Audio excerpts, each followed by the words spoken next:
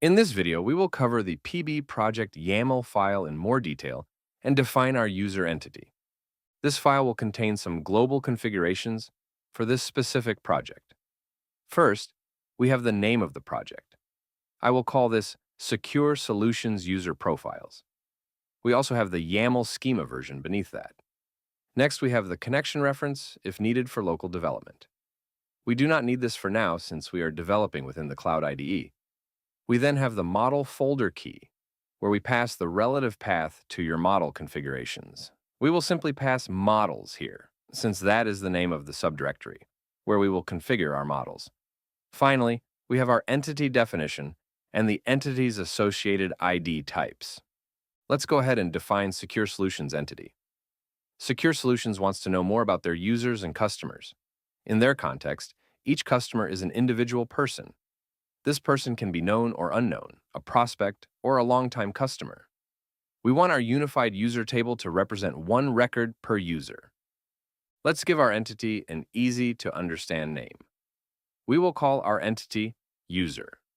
In your project, you can name this entity whatever you want. It is worth mentioning that you can also define multiple entities if desired. For now, we will stick with just one. Now let's define our ID types. The ID types defined here will represent the different types of identifiers across your input sources that you want to use for the stitching process. This is different than telling profiles specifically what columns across your sources we want to select. We will define those in a later step. You can think of this as categorizing these various source columns that we will select into higher level types. For example, we know we want to use the user's emails for stitching. An email column may be found across many different source tables with various column names. Here, we just want to define a single email type that all of the various email columns will map to.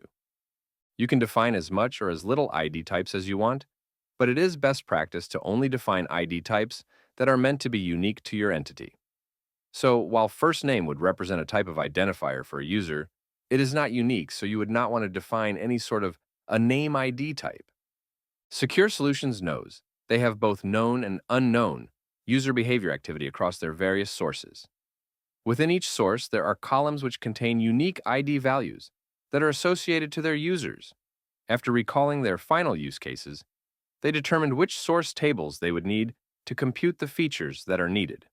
Then, they went into each source table and determined what columns represented unique IDs for their users.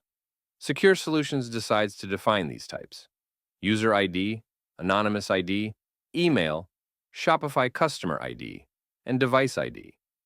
The Anonymous ID will represent all activity associated for users who have yet to convert or have not been resolved yet to activity associated with known users. The rest of the ID types represent known activity. Great. We now have our entity definition and our ID types. The final configurations we need to define on this file are the global filters for our ID types. You will see an example of this at the bottom of the PB project YAML file. Here, we have finer controls on our defined ID types. We can introduce include or exclude filter types and filter for values in a few different ways. This gives us the ability to curate and prune our ID graph as we develop. Because we have not yet run the ID graph to even discover anything we may want to modify, we will leave these blank for now. Just make sure that for every ID type you define on the entity level, a corresponding name and ID type needs to be defined within this section. We will go through an example of filtering in a later video. We now have an entity definition for Secure Solutions LLC. In the next video, we will cover how to define input sources, which will represent the source tables within your warehouse that we want profiles to extract data from.